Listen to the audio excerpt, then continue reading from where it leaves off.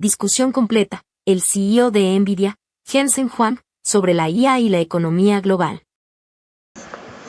Good morning, everyone. It's really nice to be back here at Congress Hall. Hopefully everybody had a good day yesterday and are enjoying it today. It is my real pleasure to introduce Jensen Huang, who is somebody I admire, somebody I've watched, and somebody who has been a teacher to me on the journey of learning about technology and AI. It is amazing watching how he led Nvidia. And I don't measure myself on comparisons, but I like this one comparison. So since Nvidia has been public, which was in 1999, same year as BlackRock. Oh boy. Okay, no. Nvidia's total return for its shareholders has been a compounded 37%. Just think about that. What would that mean to every pension fund if they invested in Nvidia as an IPO? The amount of successes we have with everybody's retirement. At the same time, BlackRock's annualized total return has been 21%.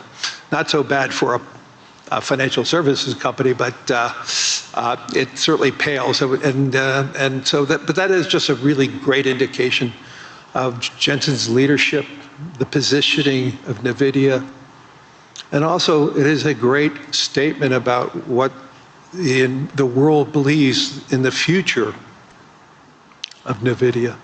So Jensen, congratulations on that journey, and I know we have many more years of that journey ahead of us. Thank you. I appreciate that. My only regret was at the IPO, after the IPO, I wanted to buy my parents something nice. And so I sold Nvidia stock at a valuation of $300 million. The company was at a valuation of $300 million, and I bought them a Mercedes S-Class. It is the most expensive car in the world. They regret it. Do they still have it? Oh, sure. Yeah, Good. They still have it, yeah. Good. Let me go into the subject matter now, but I just want to say, the debate on AI is about how it's going to change the world and the global economy. Today, I want to talk about how AI can add to the world economy and how AI can increasingly become a foundational technology that everyone in this room can be utilizing, enhancing our lives, enhancing the lives of everyone in the world. And we need to talk about how it's going to reshape productivity, labor, infrastructure across virtually every other sector. But importantly, how it's going to reshape the world, and how can more segments of the world benefit from AI? And how can we ensure that we have a broadening of the global economy, not a narrowing of the global economy? And I can't think of another person who has a clearer view on not just what AI is, but the infrastructure around it, the infrastructure that is necessary to build around it.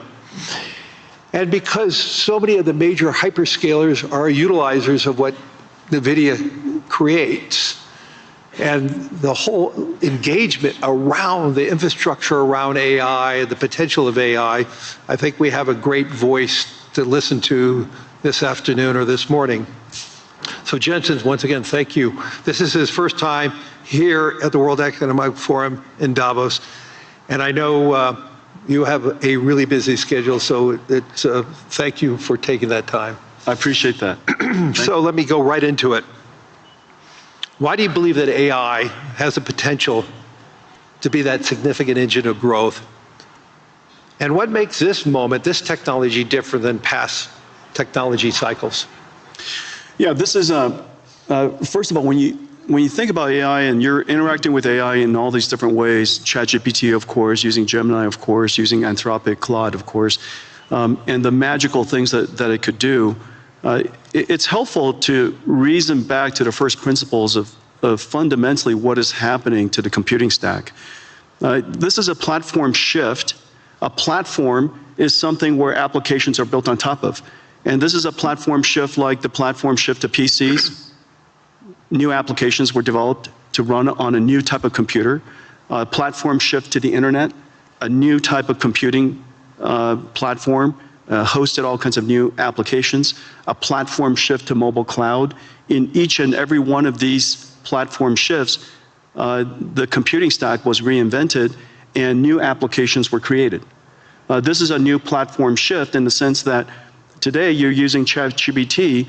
It's important to understand that itself is an application, but very importantly, new applications will be built on top of ChatGPT. New applications will be built on top of Anthropic Claude, for example. And so it's a platform shift in that way. AI is really easy to understand if you realize what it can do that you could never do before. Software in the past was effectively pre-recorded. Humans would type and describe the algorithm or the recipe for the computer to execute. It was able to process structured information, meaning you've got to put the name, the address, their account number, their age, where they live. You create these structured tables that software would then go and retrieve information from. We call it SQL queries. SQL is the single most important database engine the world's ever known. Almost everything ran on SQL before now. Now we have a computer that can understand unstructured information, meaning it can look at an image and understand it. It could look at text and understand it. It's completely unstructured. It could listen to sound and understand it, understand the meaning of it, understand the structure of it, and reason about what to do about it. And so for the first time, we now have a computer that is not pre-recorded, but it's processed in real time, meaning that it's able to take the context of the circumstance, whatever the environmental information, the contextual information, and whatever information you give it, it could reason about what is the meaning of that information and reason about your intent, which could be described in a really unstructured way. You describe it however you want to describe it. We call it prompts. But you describe it however you like to describe it, and to the extent that it can understand your intention, it could perform a task for you. Now, the important thing about this is that because we're reinventing that entire computing stack, the question is, what is AI? You're asked, when you think about AI, you think about the AI models. But it's really important to understand industrially, AI is actually essentially a 5-layer cake. At the bottom is energy. AI, because it's processed in real time and it generates intelligence in real time, it needs energy to do so. Energy is the first layer. The second layer is the layer that I live in. It's chips. Chips and computing infrastructure. The next layer above it is the cloud infrastructure, the cloud services. The layer above that is the AI models. This is where most people think AI is. But don't forget that in order for those models to happen, you have to have all of the layers underneath it. But the most important layer, and this is the layer that's happening right now, the reason why last year was an incredible year, frankly, for AI, is that the AI models made so much progress that the layer above it, which is ultimately the layer that we all need to succeed, the application layer above that. And so this application layer could be in financial services, it could be in healthcare, it could be in manufacturing. This layer on top ultimately is where economic benefit will happen. But the important thing, though, because this computing platform requires all of the layers underneath it, it has started, and everybody's seeing it right now, it has started the largest infrastructure build out in human history. We're now a few $100 billion into it. That's it. We're a few $100 billion into it. Larry and I, we get the opportunity to work on many projects together. There are trillions of dollars of infrastructure that needs to be built out. And it's sensible. It's sensible because all of these contexts have to be processed so that the AI, so that the models can generate the intelligence necessary to power the applications that ultimately sit on top. And so when you go back and when you reason about it layer by layer by layer, and you realize that the energy sector is now seeing extraordinary growth. The chip sector, TSMC just announced they're going to build 20 new chip plants. Foxconn working with us and Wistron and Quanta building 30 new computer plants, which then go into these AI factories. So we have chip factories, computer factories, and AI factories all being built around the world. And memory. And memory, right, exactly. Those chip fabs. Micron has started investing $200 billion in the United States. SK Hynix is doing incredibly. Samsung is doing incredibly. You could see that entire chip layer growing incredibly today. And now, of course, we pay a lot of attention to the model layer, but it's really exciting that the layer above them is really doing fantastically. And now, one indicator is where the VC funding going into. Last year, 2025, was one of the largest years in VC funding ever. And last year, most of the funding went to what is called AI native companies. These are companies in healthcare, they're company in robotics, and company in manufacturing, financial services, all of the large industries in the world. You're seeing huge investments going in to those AI natives because for the first time, the models are good enough to build on top of. So let's just dive a little further. Obviously, everybody, I'm sure, uses their own chatbot and getting information. So, but you're talking about the dispersion of AI is going to be the key. Let's talk about it, like go into a little more upside ideas related to the dispersion of it in the physical world. You mentioned, obviously, healthcare is a great example of that. But where do you see the transformational opportunities in areas like transportation or science? Well, last year, I would say last year, I would say 3 major things happened in AI, in the AI technology layer, the model layer. The first one is that the models themselves started out being curious and interesting, but they hallucinated a great deal. And last year, we can all reasonably accept that these models are better grounded. They could do research.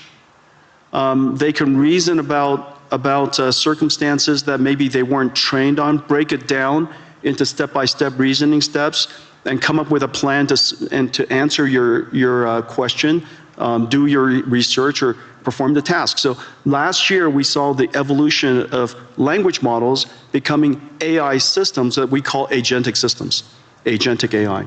The second major breakthrough is the breakthrough of open models.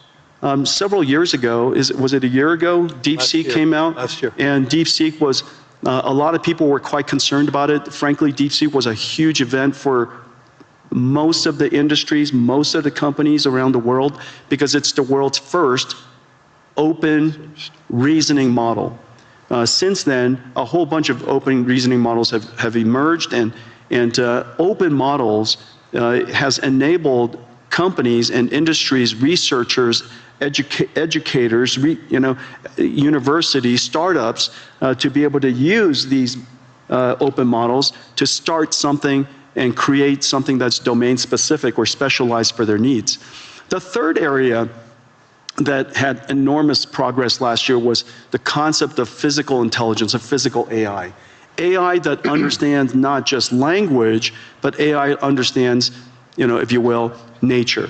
And it could be AI that understands the physical world here, AIs that understand proteins, chemicals, natural physics of physics, for example, fluid dynamics, particle physics, quantum physics, AIs that are now learning all these different structures and different languages, if you will. Proteins is essentially a language. And so all of these AIs are now making such enormous progress that these industries, industrial companies, whether it's manufacturing or drug discovery, are really making great progress. And one of the great indicators is a partnership that we had with Lilly, that they realize now that AI has made such extraordinary progress in understanding the structure of proteins and the structure of chemicals, essentially being able to interact and talk to the proteins like we talk to ChatGPT. We're going to see some really big breakthroughs. So all these breakthroughs raises concerns about the human element. You and I have had many conversations on this, but we need to tell the whole audience, there is a huge concern that AI is going to displace jobs. And you've been arguing the opposite. Obviously, the build out of AI, as you talked about, the biggest infrastructure build out in history is going to occur, which energy is creating jobs. Yeah. Chips industry is creating jobs. The infrastructure layer is creating jobs. Land, power, and shell. Jobs, jobs, jobs. I mean, right? It's incredible. So let's get into that in a little more detail. So you actually believe we're going to face labor shortages. And so how do you see that AI and robotics changing the nature of work rather than eliminating it? Yeah, there's several different ways that we could think through it. First of all, this is the largest infrastructure build out in human history. Yep. That's going to create a lot of jobs. And it's wonderful that the jobs are related to tradecraft. And we're going to have plumbers and electricians and construction and steel workers and network technicians and people who install and fit out the equipment. And all of these jobs, we're going to, in the United States, we're seeing quite a significant boom in this area. Salaries have gone up, nearly doubled. Yeah. And so we're talking about six-figure salaries for people who are building chip factories or computer factories or AI factories. And we have a great shortage in that. And I'm really delighted to see so many people in so many countries really recognizing this important area. You know, everybody should be able to make a great living. You don't need to have a PhD in computer science to do so. And so I'm delighted to see that. The second thing to realize, and so we theorize about the automation of tasks and things like that, and what is the implication to jobs. You know, I'll just offer some anecdotes. These are real world anecdotes of what has actually happened. Remember 10 years ago, one of the first professions that everybody thought was going to get wiped out was radiology. And the reason for that was the first AI that became superhuman in capability was computer vision. And one of the largest applications of computer vision is studying scans by radiologists. Well, 10 years later, it is true that AI has now completely permeated and diffused into every aspect of radiology. And it is true that radiologists use AI to study scans now. The impact is 100%, and the impact is completely real. However, not surprisingly, I say not surprisingly, if you reason from first principles, not surprisingly, the number of radiologists have gone up. Is that because of lack of trust of, or is that because the human interaction with the results of AI is a better outcome? Exactly. The reason for that is because a radiologist, their job, the purpose of their job is to diagnose disease, to help patients diagnose disease. That's the purpose of their job. The task of the job includes studying scans.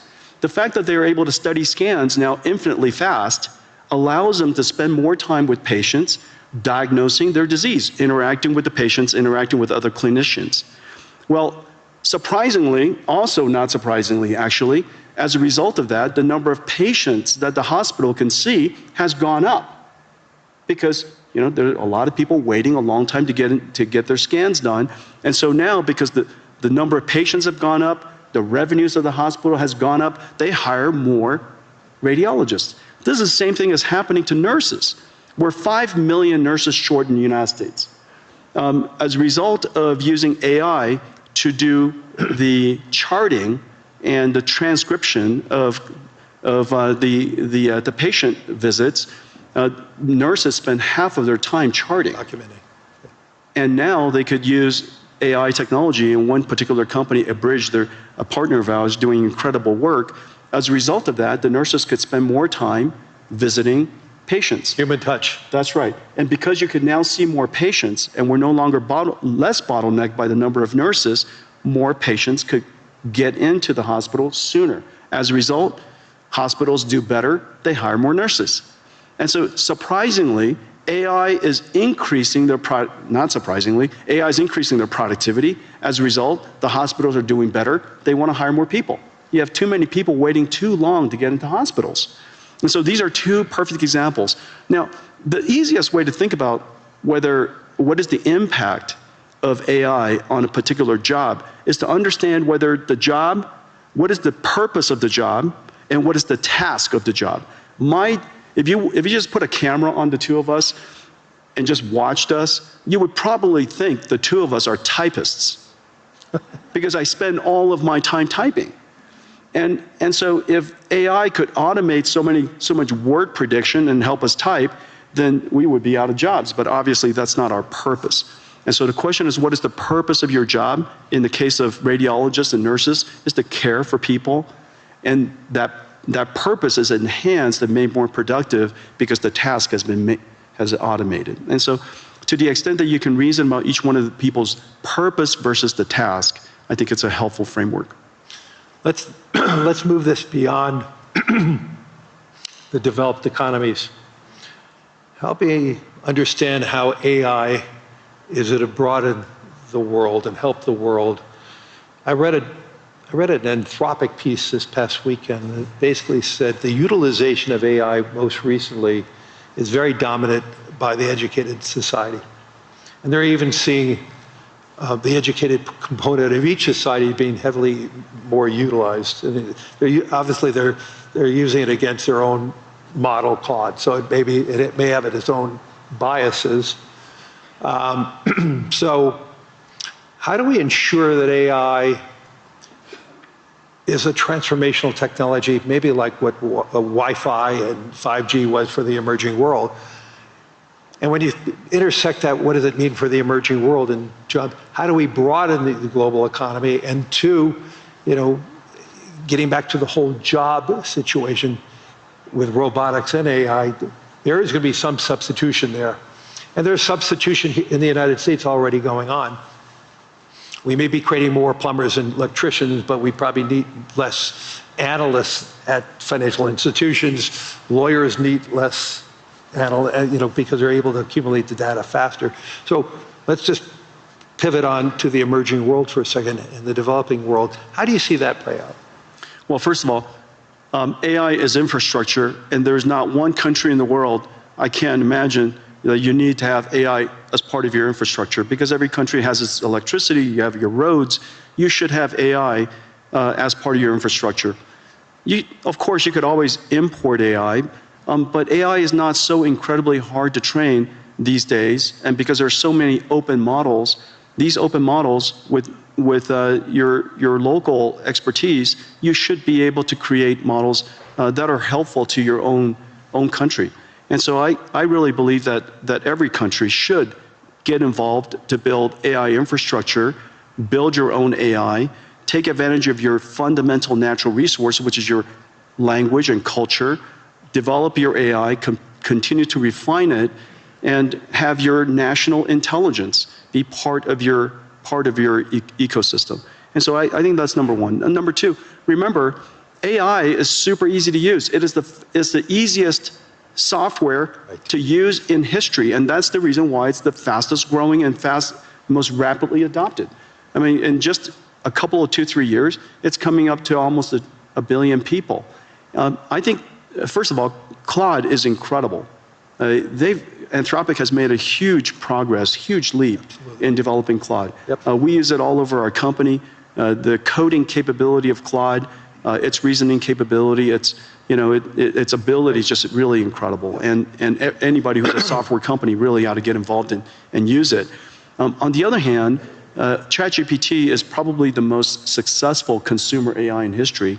And its ease of use and its approachability, I think everybody should get involved. And whether it's somebody in a developing country or a student, it is very clear that it is essential to learn how to use AI, how to direct an AI, how to prompt an AI, how to manage an AI, how to guardrail the AI, evaluate the AI. These skills are no different than leading people, managing people, things that you and I do all the time. So in the future, instead of biological, carbon-based AIs, in the future we're also going to have digital versions of AIs.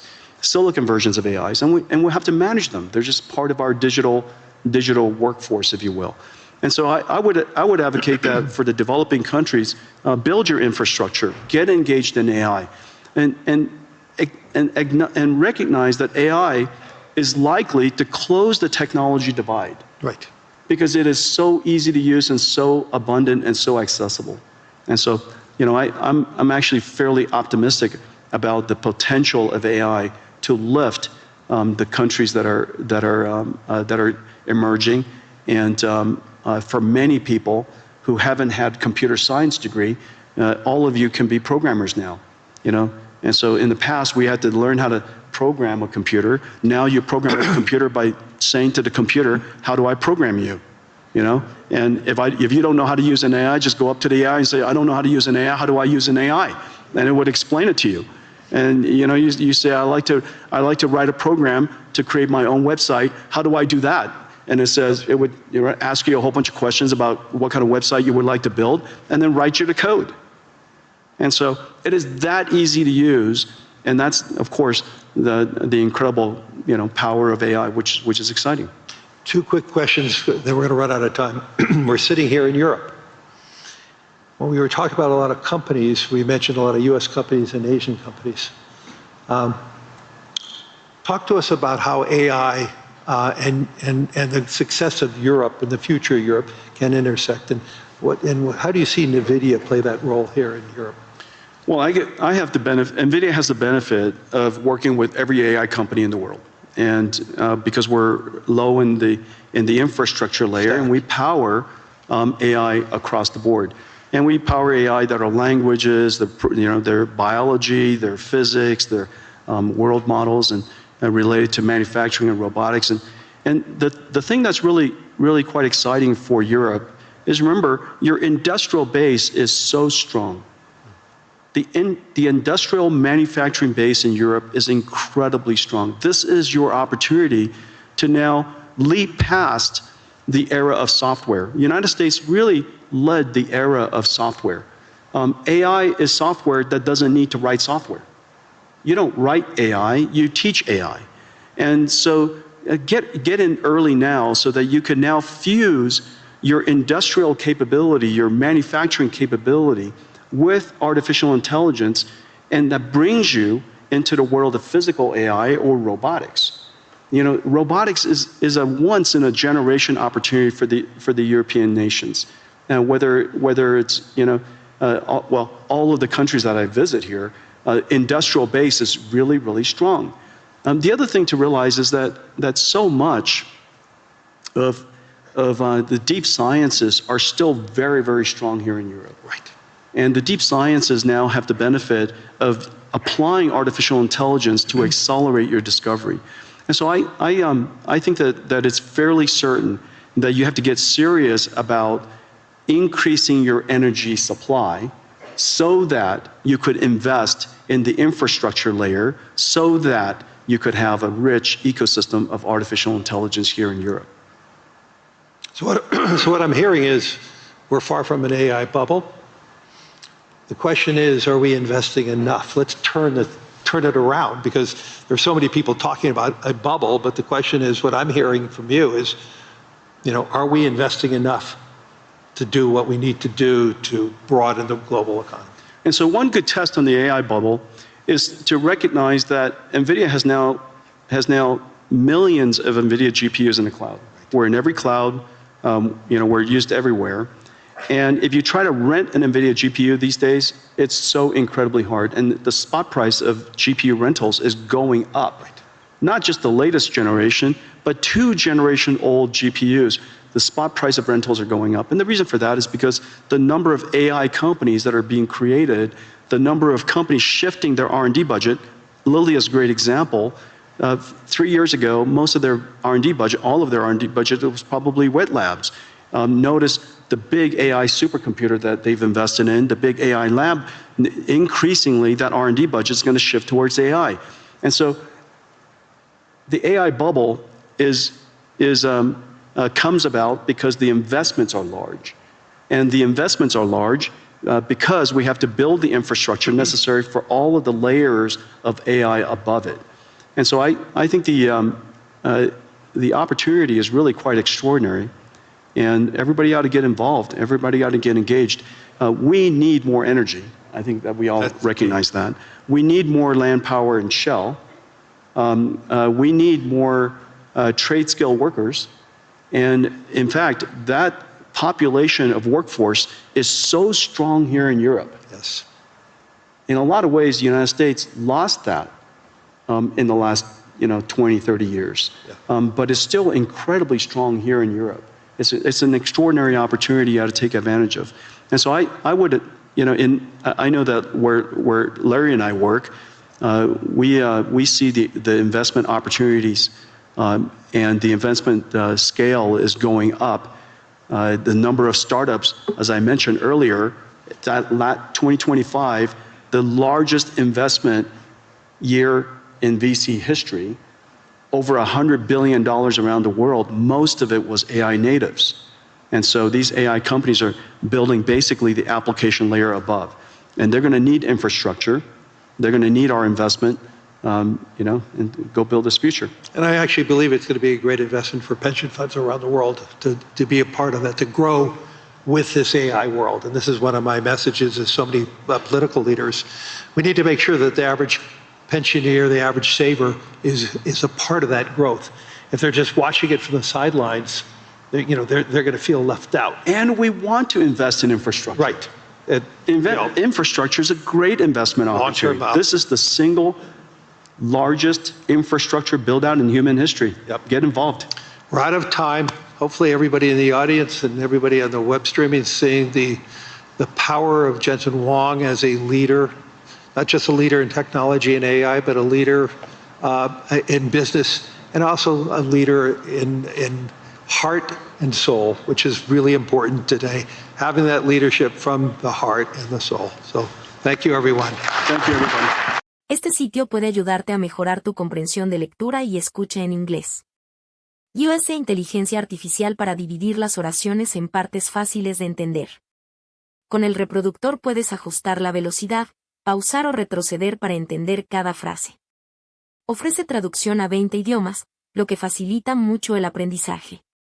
Solo escribe inglés.com en tu navegador y pruébalo ya.